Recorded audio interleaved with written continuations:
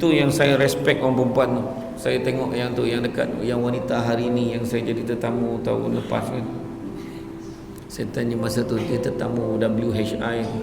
Anak dia 14 orang. 14 orang. Saya tanya tu, susah tak beranak puan? Senang je. Bayang dia jawab tu, senang aja. Jarang perempuan jawab macam tu.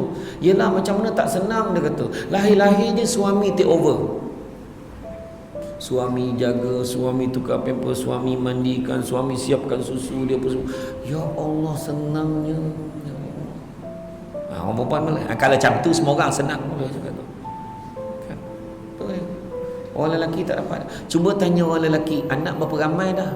Baru 8. Tu lakinya jawapan tu. Baru 8. Cuba tanya orang perempuan, berapa anak dah? Dah 8 dah. Tu orang perempuan jawab tu. Cuba tanya orang lelaki, nak anak lagi tak? Kalau ada rezeki, apalah salahnya? Tu orang lelaki tu.